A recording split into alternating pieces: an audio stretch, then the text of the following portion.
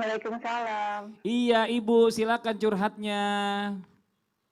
Gini Pak Ustadz, saya sudah menjalani rumah tangga itu selama hampir 15 tahun. Oke. Nah, dalam terakhir kemarin, suami itu selingkuh Pak Ustadz. Dan Hmm, menghamili perempuan ini dan sampai mengalami keguguran. oke. Dan tanpa pengetahuan saya, mereka itu menikah secara diam-diam. Oke. Nah, saya awalnya memang tidak bisa menerima, tapi secara perlahan saya mencoba ikhlas untuk dipoligami sama suami. Tapi setelah setahun mereka menikah, saya itu ditalak 3 kali sama suami. Dan akhirnya saya dicerai sama suami. Di sini posisinya saya kan memiliki anak 4, Pak Ustadz. Dan yang kecil itu baru berumur 6 bulan. Dan suami setelah melakukan itu, mentalak saya, dia merasa menyesal Pak Ustadz. Nah, dia ingin kembali kepada saya. Nah, suami ini punya rencana mau menikahkan saya dengan laki-laki lain, tapi hanya sekedar untuk diambil nikahnya saja. Nah, setelah itu saya baru menikah lagi dengan suami. Karena yang dilakukan ini kan karena demi anak-anak Pak Ustadz. Kalau menurut pandangan Islam itu bagaimana ya Pak Ustadz? Iya, jadi menikah lagi karena udah talak 3, kan memang hukumnya adalah Ya, ibu harus menikah lagi. Tapi pernikahannya ya, di setting ya Bu ya, di setting, ibu nggak ya, diapa-apain, ya, ceraiin lagi gitu. Kira-kira bagaimana, ya, boleh nggak ya, Ustadz Abi Maki dulu? Silakan mohon izin Ustadz. Ya, bismillahirrahmanirrahim. Ini dikatakan si laki-laki ini muhallil ya. Iya, Makanya kalau hal yang seperti itu menikah dengan settingan, dengan mengatakan kamu menikah dengan istriku tapi jangan diapa-apain. Misalnya betul. nanti satu kamu talak, nanti saya bayar. Lalu punten Rasulullah menghinakan laki-laki ini bagaikan kambing sewaan. Nauzubillah Penghinaan min seperti itu. dzalik. Dan Astagfirullah. pernikahannya pun ini adalah punten bahasanya. Kalau begitu niat dari awal, nikah itu bukan niat untuk cerai. Kalau itu kan niat untuk cerai setelah itu. Maka ketika saya menikah tapi nanti setelah itu cerai. Naudzubillah itu tidak ada. Nikah itu untuk mendapatkan keabadian di dalam masalah pernikahan. Jadi kalau mengatakan nikah seperti itu adalah tidak boleh dan itu adalah haram. Maka punten bahasanya.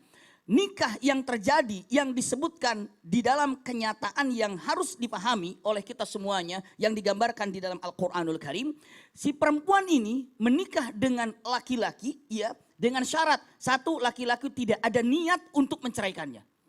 Yang kedua, harus punten melakukan hubungan lahir dan batinnya. Iya. Harus terjadi.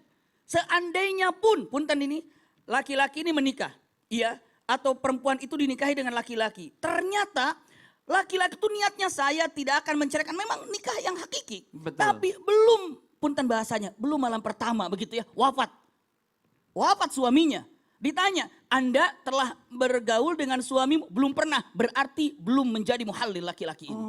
Belum, tapi kan sudah akan. Tidak, tapi syaratnya dua itu. Harus terjadi hubungan layaknya suami istri.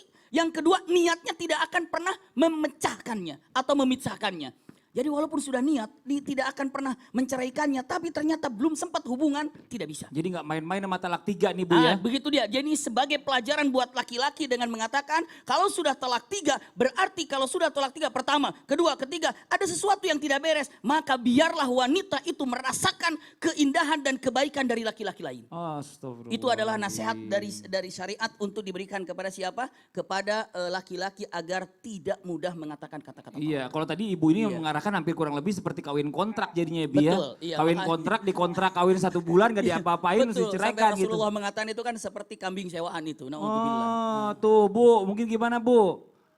Ibu, iya Pak Ustadz. Ya, masih ada yang mau ditanyakan lagi? ya saya juga gini Pak Ustadz, saya juga sering mengalami kesurupan itu Pak Ustadz. Semenjak suami saya itu memiliki wanita lain gitu, Pak Ustadz. Masalah ekonomi gitu ya Bu ya?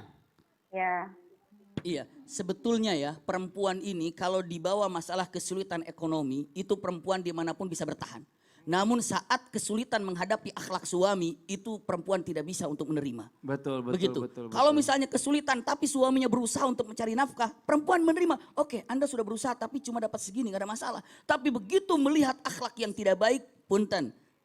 perempuan tidak bisa menerima ketika melihat suami tidak berakhlak baik. Nauzubillah. Ini Nah, dia. lagi pula kan juga itu masih anak-anaknya suami ya, walaupun gak nikah lagi tetap harus dinafkahin, itu gak main-main. Ibu jangan dimatiin dulu teleponnya ya, ibu tenang dulu ya. Nanti kita sama-sama berdoa buat jamaah Islam Itu Indah semuanya lagi nonton Islam Itu Indah juga, yang mempunyai semua permasalahan, jangan kemana-mana, kita akan berdoa bersama guru-guru kita. Setelah yang satu ini tetap di Islam Itu Indah. Jamaah, oh jamaah, alhamdulillah.